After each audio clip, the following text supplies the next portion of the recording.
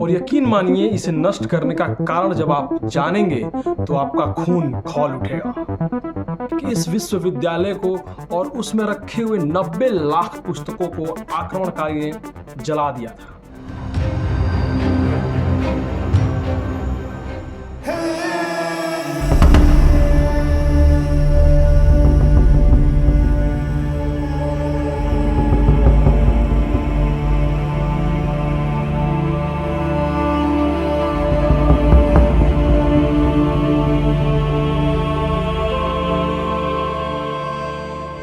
नमस्कार, city post के आज इस खास शो में हम आपको बताएंगे बिहार की शिक्षा प्रणाली जो है कैसे धीरे धीरे विलुप्त होती जा रही है, जबकि बिहार ही वो एक जगह था एक समय जहां दूर दूर से विदेश से छात्र और शिक्षक यहां शिक्षा देने और लेने आते थे। आज कई भारतीय कनाडा, जापान, अमेरिका, जर्मनी और दुनिया के अलग अलग हिस्सों में अपने हायर एजुकेशन के लिए जा रहे हैं। लेकिन आप में से कितने लोग जानते हैं कि भारत में 2500 साल पहले एक ऐसा विश्वविद्यालय था जहां छात्र चीन, कोरिया, जापान और अन्य कई देशों से भी आते थे। जी हाँ, मैं बात कर रहा हूं बिहार के नालंदा विश्वविद्यालय का, जो दुनिया के सबसे पुराने विश्वविद्यालय में से एक है और ग्लोबल एजुकेशन टेक्नोलॉजी का कल्चरल सेंटर भी था। सबसे दुखद बात तो यह है कि इस विश्वविद्यालय को और उसमें रखे हुए 90 लाख पुस्तकों को आक्रमणकारी ने जला दिया था। और यकीन मानिए इसे नष्ट करने का कारण जब आप जानेंगे तो आपका खून खौल उठेगा। इतिहास के किताबों से कई लोगों के मन में एक ही सवाल आता है कि नालंदा विश्वविद्यालय को किसने नष्ट किया और इसका जो मूल्य कारण क्या था।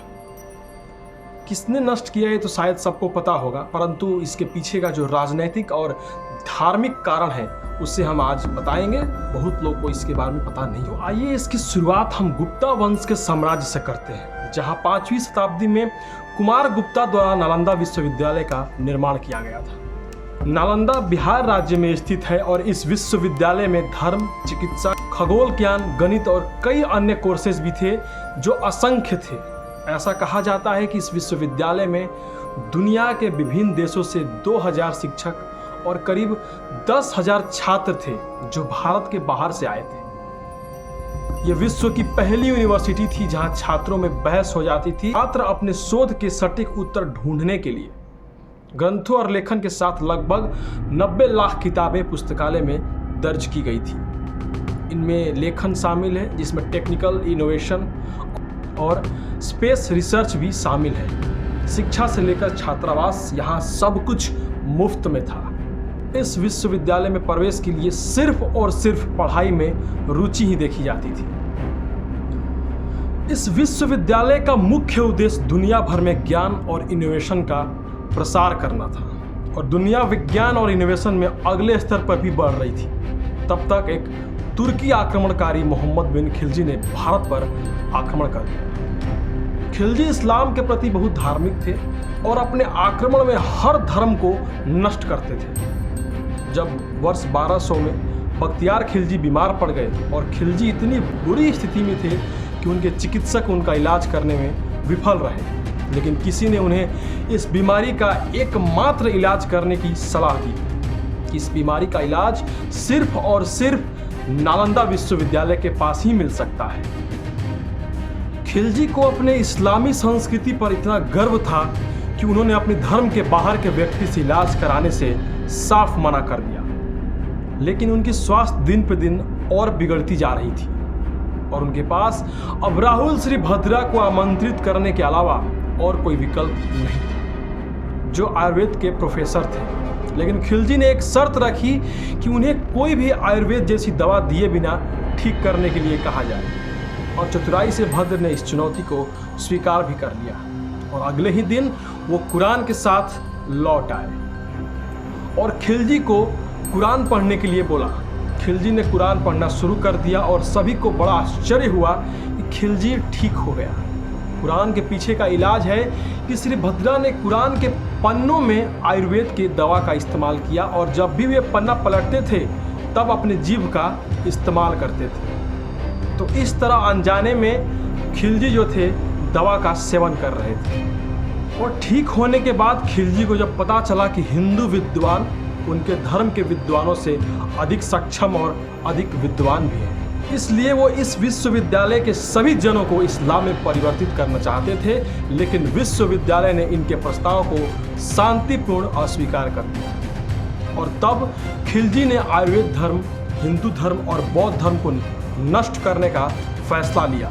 इसलिए उसने विश्वविद्यालय को जलाकर कई शिक्षकों सहित भिक्षुकों को मार डाला। पुस्तकालय इतना मजबूत और विशाल था कि इसे पूरी तरह जलने में करीब 3 महीने लगे और 90 लाख से अधिक शास्त्रों और पुस्तकों के विनाश के साथ ये छिपे हुए कुछ हिस्से हैं जो नालंदा विश्वविद्यालय से भागे कुछ शिक्षकों और छात्रों से पता चला है। खिलजी ने सिर्फ नालंदा नहीं बल्कि कई संस्कृति और मंदिरों को भी नष्ट कर दिया था। और इससे भी ज़्यादा अजीब बात यह है कि हम वहाँ के रेलवे स्टेशन का नाम आज भी बख्तियार खिलजी के नाम पर रख के एक हमलावर की महिमा का वर्णन कर रहे हैं। अब नालंदा विश्वविद्यालय के पंक्ति के अलावा वहाँ कोई सुराख नहीं बची है।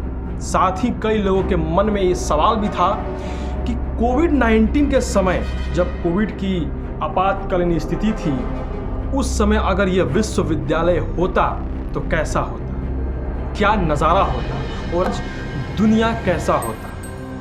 अगर आप इस विशेष विषय के लिए अलग से कोई वीडियो चाहते हैं तो कमेंट में ज़रूर बताइएगा। तो ये थी एक छोटी सी पेशकश बिहार के नालंदा विश्वविद्यालय की।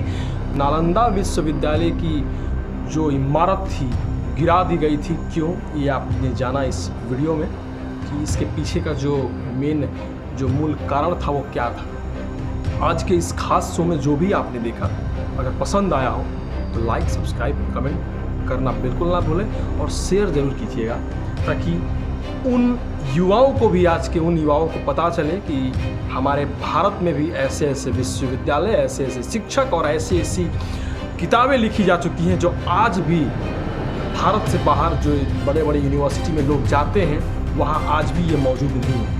तो अपना भारत महान था, महान है और महान रहेगा। जय हिंद, धन्यवाद।